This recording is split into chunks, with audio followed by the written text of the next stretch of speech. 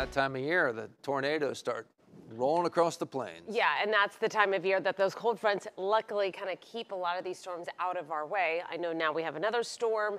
There is no real chance at this time that this could ever make a hard turn to the right and make landfall in our region. And the more important thing is with the trajectory of the system moving off to the northwest, it really limits our storm surge threats.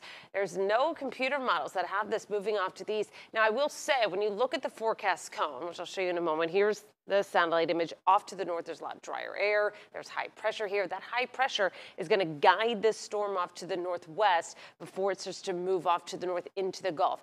It will intensify. In fact, it may even rapidly intensify as it makes its approach to Cuba.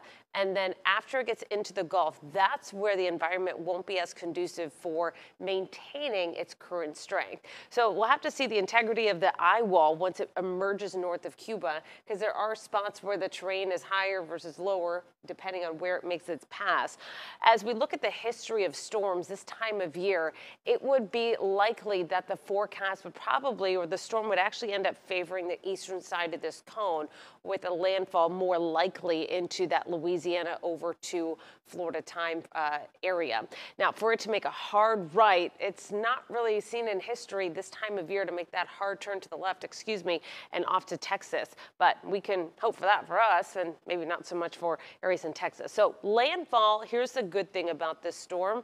We don't want a storm in November, but if there is any silver lining to take here, this storm will very much so weaken before making a U.S. landfall. Its hardest hit is unfortunately going to be right through Cuba come Wednesday.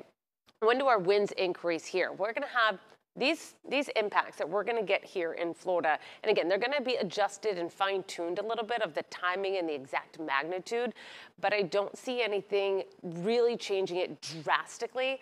These impacts we're going to get, manageable and easy to deal with, especially compared to what we've dealt with all year long.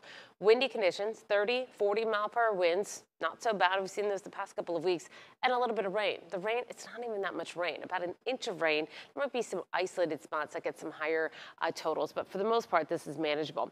On Wednesday night into Thursday, this will be our windiest time, and that's as it looks now. The timing of this could change a couple hours here or there, but we're really looking at the windiest time late Wednesday night into Thursday, and also the most amount of rain will be Wednesday night and into Thursday. This is the forecast for the next 5 days. We're talking about an inch of rain, and we haven't seen that much rain since Milton. So the flooding potential is very low, and we're just going to look at these passing showers. This is 3 o'clock tomorrow. Just normal showers kind of coming on through. What you'll notice is the humidity and the tropical moisture beginning to increase on Wednesday. A couple more downpours working their way through on Wednesday, and then some steadier rain possible late Wednesday night into Thursday.